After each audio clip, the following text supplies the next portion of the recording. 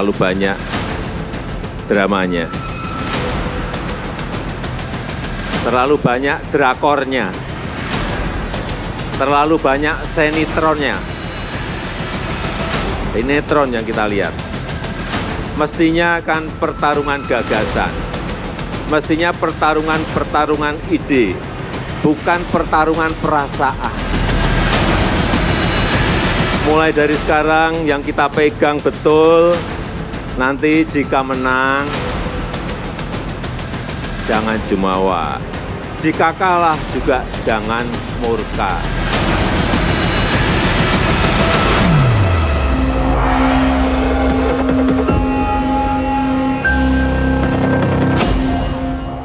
Presiden Joko Widodo blak-blakan menyebut akhir-akhir ini terlalu banyak drama hingga sinetron politik yang melibatkan perasaan jelang pemilu 2024. Jokowi meminta kontestan pemilu harusnya bertarung dengan ide dan gagasan. Lalu siapa pihak yang dimaksud Jokowi sengaja memainkan drama politik? Kita akan membahasnya berikut ini.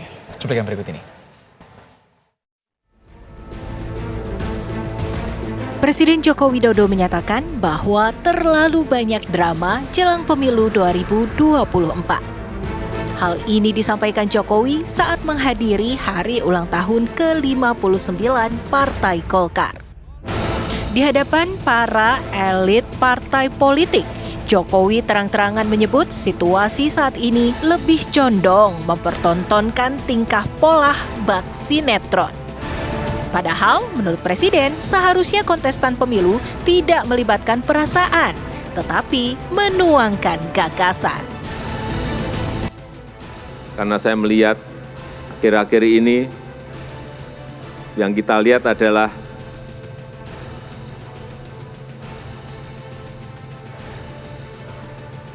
terlalu banyak dramanya, terlalu banyak drakornya, terlalu banyak sinetronnya. Sinetron yang kita lihat. Mestinya kan pertarungan gagasan, mestinya pertarungan ide, bukan pertarungan perasaan.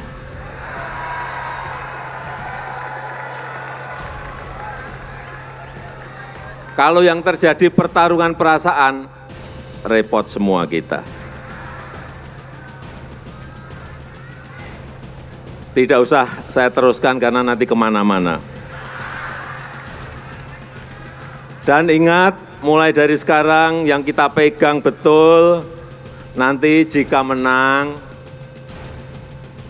jangan jumawa. Jika kalah juga jangan murka.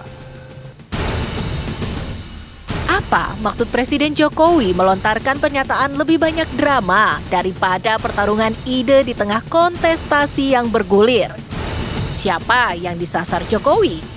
Apakah ada yang sengaja memainkan drama politik yang melibatkan perasaan? Tim TV One mengabarkan.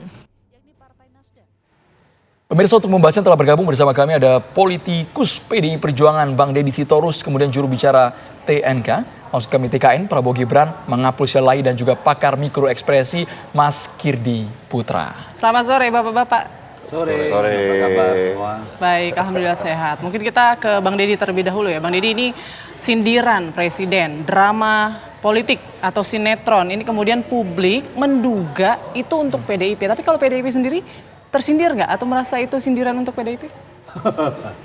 Sindiran untuk PDIP. Kita bedah ya. Sinetron yang mengharu biru bangsa ini kan memang sudah cukup panjang. Dimulai dari 3 periode. Penundaan pemilu, perpanjangan masa jabatan, itu kan sinetron semua. Lalu ada sinetron ojo ke susu, ojo gerasa gerusu. Ya. Lalu ada sinetron koalisi-koalisian.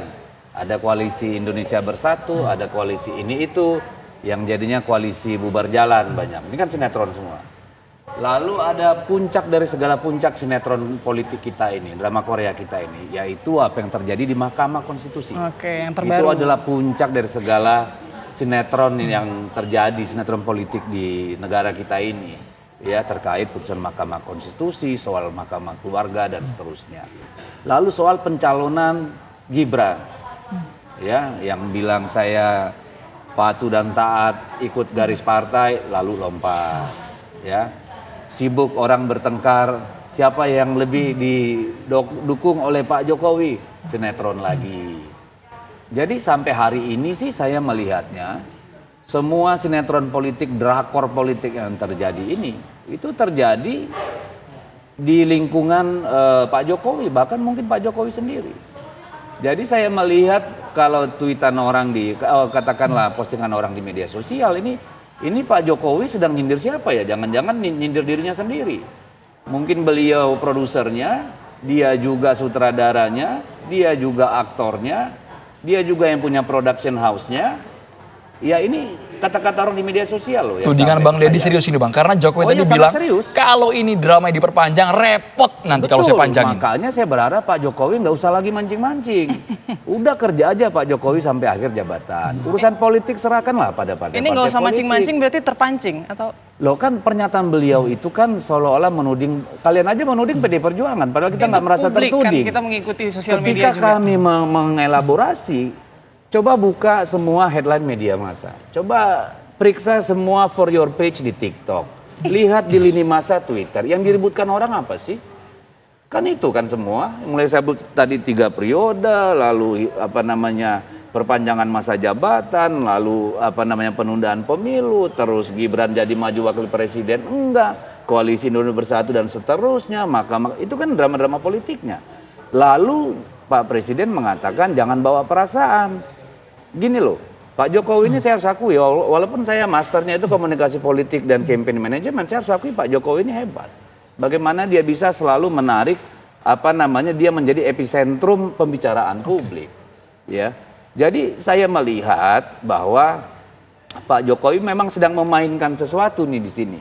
Tapi tadi satu poin yang Abang sebutkan, Bang Apul tanggapi dulu Bang. Karena puncak drama, kalau versi Bang Deddy tadi adalah ketika nama Gibran di MK itu digembar-gemborkan tadi. Bang Apul, tanggapannya Bang? Kalau soal nama Mas Gibran di MK itu kan gini loh. Pertama, kalau kita bicara soal usia, Undang-Undang nomor 23 tahun 2003 itu 35 loh diaturnya. 2008 juga seperti itu. Itu yang pertama. Yang kedua, kan tidak ada hubungan antara si pemohon ini dengan Mas Gibran. Tidak ada hubungannya. Hubungan saudara, semenda, hubungan kausalitas kan tidak ada. Dan ya kita hormatin apapun keputusan MK ya soal itu. Itu yang pertama. Terus yang kedua, kalau saya sih tanggapinnya apa yang disampaikan oleh Pak Jokowi itu biasa aja sebenarnya. Dia hanya mau mengatakan kalau kali ini kita bertanding, besok juga kita kan bersanding kok. Kan kira-kira seperti itu gitu. Jadi fokus saja gitu loh. Jadi jangan juga karena kekhawatiran kehilangan figur yang selama ini bisa ini kemudian merasa ini. Jadi Gibran pendamping Prabowo bukan bagian dari drama? Oh bukan, nggak ada drama-drama itu. Nggak ada drama-drama itu. Ya, kan dia merespon hal yang salah kalau menurut saya. Karena yang dipersoalkan kan bukan soal umur. Tapi apa yang kemudian terjadi dengan MK-MK. This is not about age. Ini bagaimana ada upaya pembegalan Mahkamah Konstitusi oleh orang yang punya korelasi kekeluargaan dengan Mas Gibran. Baik. Sehingga akhirnya Mas Gibran lahir dari perselingkuhan politik dan hukum. Baik. Ini problemnya. Dan yang kedua soal perasaan. Kalau kita lihat piramida pemilih, ya, itu sekitar 3-7% tuh orang-orang yang terlibat dalam partai politik, ya, dan sebagainya. Itu angkanya di segitu. Sekitar 20-an, 21% sampai 23% tuh masyarakat kelas menengah yang melek politik, nonton TV, baca koran dan seterusnya. 70% tuh rakyat biasa. Oke. 70% rakyat biasa itu mainnya pasti perasaan. Perasaanlah yang membuat Pak Jokowi jadi Presiden Republik Indonesia. Perasaanlah yang membuat Pak Jokowi jadi Gubernur DKI.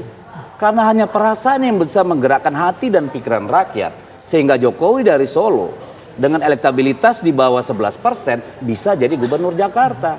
Kalau hanya pakai logika, yang menang itu pasti Foke. Demikian juga Pilpres. Bagaimana Jokowi seorang rakyat biasa, ya, baru 2 tahun jadi gubernur, kalau bukan alam rasa yang bekerja, hanya alam logika, nggak ada rumusnya bisa menang Pak Jokowi lawan Prabowo. Baik. Karena siapa Pak Jokowi? Rakyat biasa. Tapi karena alam rasa, perasaan itu yang terbangun, jadilah Pak Jokowi presiden 2 periode. Iya. Jadi kalau dibilang jangan bawa perasaan, ya entar dulu Pak, alam rasa dengan alam pikir itu menyatu, nggak bisa dipisah-pisah. Baik, Yang peduli dengan visi misi dan segala macam itu hanya dari piramida tadi, 2 klaster yang ada di atas. Rakyat ini perasaan. Oke, Bang Deddy, kalau menurut Bang Deddy kenapa nih kayaknya Presiden Joko Widodo ini kesannya geram begitu sampai akhirnya mengeluarkan pernyataan-pernyataan seperti itu. Saya Tapi tidak melihat beliau nanti geram. dijawabnya. Ya, ya. Usai jeda kita masih akan kembali sesaat lagi. Tetaplah bersama kami.